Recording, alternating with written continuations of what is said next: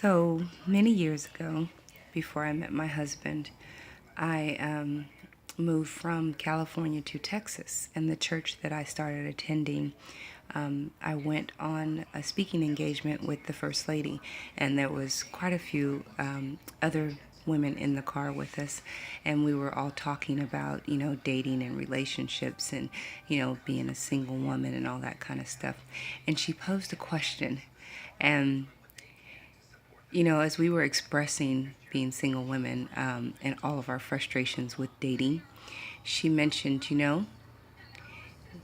you all need to learn how to be okay with being by yourself, because the thing that happens with most young women is they pray and they pray and pray for that perfect man and that this and that and all this other stuff, and have all these guidelines that they want to keep, and he's got to be this tall and bald head and whatever. And and she brought up an interesting point. As soon as we get that man, we stop praying and we forget all about God, and we spend all our time trying to please that man. So she says, first you need to learn how to be faithful to God, and then he can prepare you to be the wife that you need to be.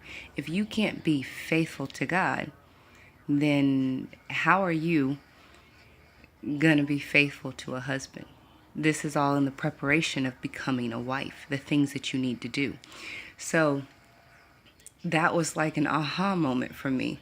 And she had suggested, I'm like, well, God can do a lot of things. He can be a doctor in a sick room. He could be a lawyer in a courtroom, but he can't do everything, if you know what I mean. So she says, well, yeah, he can be your everything. You need to allow God to be your husband and learn to be faithful to him.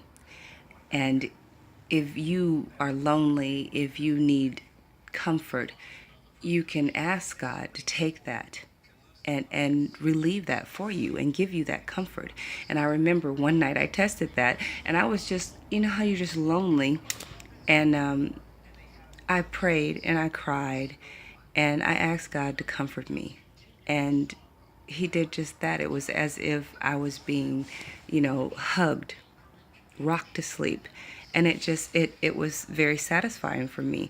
So I went on to not date for 7 years.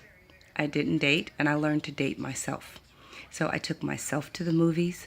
I took myself to dinner, my favorite restaurants. And I would sit there by myself. I have a glass of wine if I wanted to, whatever it was, but I learned how to date myself. And that taught me how to be okay with me. That taught me how to accept what I would do for myself, I expect someone else to do. So I'm not excited about you taking me to Red Lobster or taking me to Olive Garden or something like that, because I can do that for myself. So what impresses me is what's in your heart. So I became choicey instead of accepting just anything. And I learned a little bit more about me.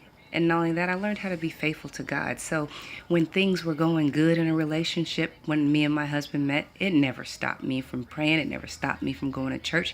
When things were going bad in our relationship, it never stopped me from praying. It never stopped me from, it was always consistency. I learned how to be faithful in my relationship with Christ.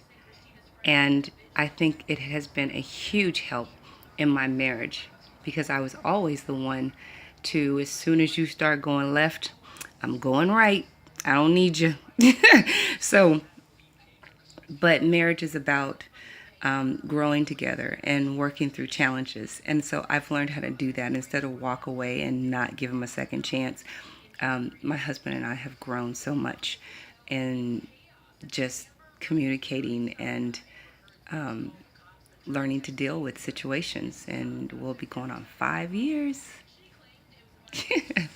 So just a little marriage encouragement. And I just wanted to share that because I talked to a young lady the other day who was like, well, I'm going to leave if I have to go by myself. And I was telling her about that, and it reminded me of that situation. So it's okay to be by yourself. Learn how to like you.